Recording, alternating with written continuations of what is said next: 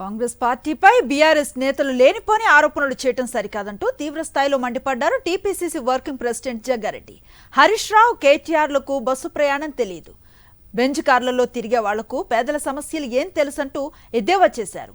లక్షల కోట్ల అప్పులు చేసి తెలంగాణను అప్పుల కుప్పగా చేయటం 420 కేసు అని, ఇచ్చిన హామీ నెరవేర్చకపోవటం కూడా 420 కేసు అంటూ జగ్గారెడ్డి ధ్వజమెత్తారు. దళితులకు 3 ఎకరాల భూమి ఇవ్వకుండా ఈ రాష్ట్రానికి మొదటి ముఖ్యమంత్రి దళితుడే ఉంటాడని చెప్పి దళితుని ముఖ్యమంత్రి చేయకుండా కేసీఆర్ ముఖ్యమంత్రి అయ్యిండు. ఇది చీటింగ్ కాదా?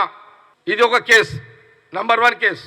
రెండో కేసు, దళితులకు 3 ఎకరాల భూమి ఇస్తున్నావు, నువ్వు మోసం చేసినావు, 420. సెకండ్ కేసు, నిరుద్యోగం 3016 ఇస్తున్నావు, మూడవ చీటింగ్ కేసు. ఫీజు రియంబర్స్మెంట్ ఇవ్వకుండా విద్యార్థులను సతాయించినావు, ఇదొక 420 కేసు. ఒకే కిస్తీలో 1,00,000 రూపాయలు మాఫీ చేస్తానని 4 కిస్తీల దాకా లాగినవు, ఇదొక చీటింగ్ కేసు.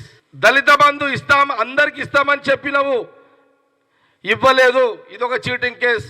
మద్దతు ధర ఇవ్వమని అడిగిన మిర్చి రైతులను ఖమ్మంలో సంఖ్యలు వేసి జైల్లో పెట్టినవు, ఇదొక చీటింగ్ కేసు. ఈ బాధ్యత రహితంగా మీరు అసెంబ్లీలో మైకి దొరికిందని మాట్లాడితే ఎట్లా? మీరు 10 రోజులకే మీరు 420 అంటారా? తమాషాలు చేస్తున్నారా మీరు? ఇదంతా ఎట్లా కనబడుతున్నారు కాంగ్రెస్ పార్టీకి మీకు?